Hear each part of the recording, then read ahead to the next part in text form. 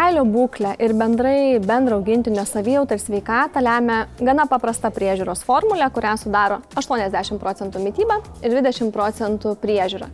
Taigi, jeigu pastebėjote, kad kailis blunka, praranda žvilgesį, dažniausiai tai yra dėl netinkamos mitybos, kuomet yra neužtikrinamas melanino kiekis ir kuris yra atsakingas už kailio spalvos pigmentą.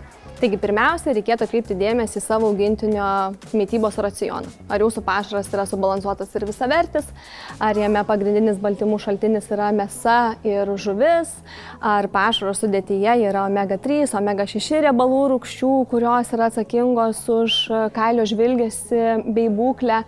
Taip pat yra super maisto ingredientų, tokių kaip medetkos, žalioji arbata, ar ne, ir bendrai reikėtų atkreipti dėmesį, ar pašaras atitinka jūsų augintinio specialius poreikius.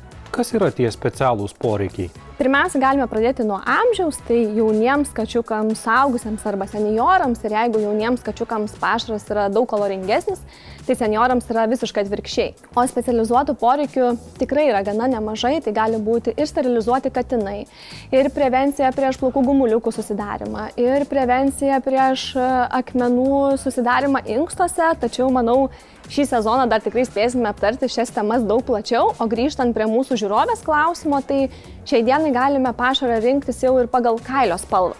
Tai gali būti šviesaus arba balto kailio katinams, gali būti rudo, raudono ar margo kailio katinams, arba juodo ar tamsaus kailio. Tai kuo šie pašarai yra ypatingi, jog juose yra subalansuotas amino rūgščių bei B vitaminų kompleksas, kuris natūraliai ir padeda palaikyti ir skatina tą kailio pigmentą.